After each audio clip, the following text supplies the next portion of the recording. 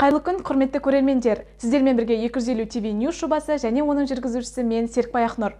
Бұл жобаның мақсаты Тайымбет Көмекбаев атындағы нөмірі 250 мектеп лицейінің ішкі жаңалықтарымен бөлісу. Ендеше экраннан алыстамаңыздар, бізбен бірге болыңыздар.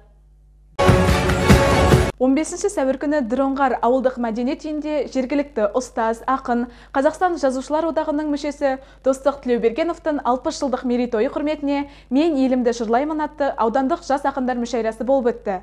Мүшәйраға мектебімізде 8-ші сынып оқушысы Қарабдинов Қайсар қатысып, жүлделі 2-ші орынды алды. Жетекшісі қазақ тілі мен әдебиеті пәнінің мұғалімі Шаймерденұлы Абылай. Қайсарды осы жеңісімен құттықтай отырып, шығармашылық табыстар тілейміз. 2022 жыл елімізде балалар жылы болып жарияланды. Ел президенті Қасым-Жомарт Тоқаев атап өткендей, өскелең ұрпақтың үйлесімді дамуы мен бақытты балалық шағы біздің жалпы ұлттық міндетіміз. Олардың әл-ауқаты мемлекетіміздің табысты болашағымыздың сенімді кепілі. Полиция қызметкерлері қызметтік парызымен қатар адамгершілік, қамқорлық пен мейірімділік сияқты киелі парыздарды да қастерлейді деп атап өтті. Міне, осы міндетті негізге ала отырып, мектебімізде "Мен және менің полицейім" атты акция өткізілді. Акцияның негізгі мақсаты мектеп оқушыларына полицияның жұмысымен таныстырып, оң имиджін қалыптастыру. Акция барысында оқушыларды патриоттыққа тәрбиелеу үшін Қармақшы аудандық полиция бөлімінің мұражайының кезекші бөліміне экскурсия ұйымдастырылды. Мектебіміздің өз жылыжайы бар. Жылыжайда биология пәні бойынша үйірме жетекшісі Шегенова Айбелюк 7-9 сынып оқушылармен жұмыс жасайды. Оқушылар бос уақытында өсімдіктерді баптап, күтумен айналысады. Жылыжайдың ішіне ақпан айының соңына таман алғашқы тұқым себілді.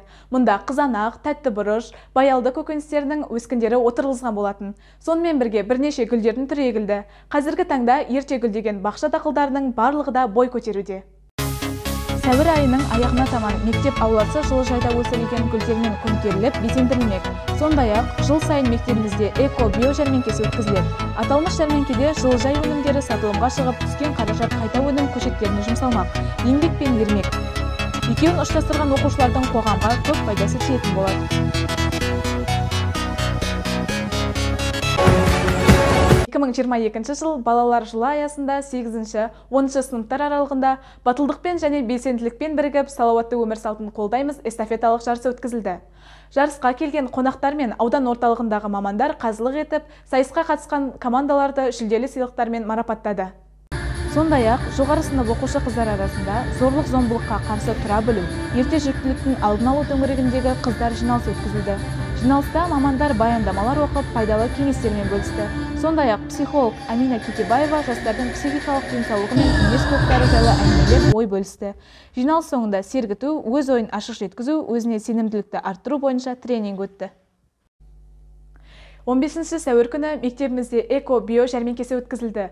Аталмыш жәрмеңкені мектеп директоры Гүлжахан Жұмағалиқызы ашып, оқушылардың жұмыстарына алғысын айтып, алдағы уақытта да осындай жақсы жұмыстар күтетініне сенім білдіріп, өзінің жылы лебізін білдірді. Жәрмеңкеде мектеп жанындағы жылыжайда өсірілген көкөніс көшеттері сатылымға шықты. Құрметті көрермендер, келесі аптада кездескенше сау саламатта болыңыздар. Біздің арна әрқашан қосулы болсын. Лайк басып, пікір қалдыруды ұмытпаңыздар.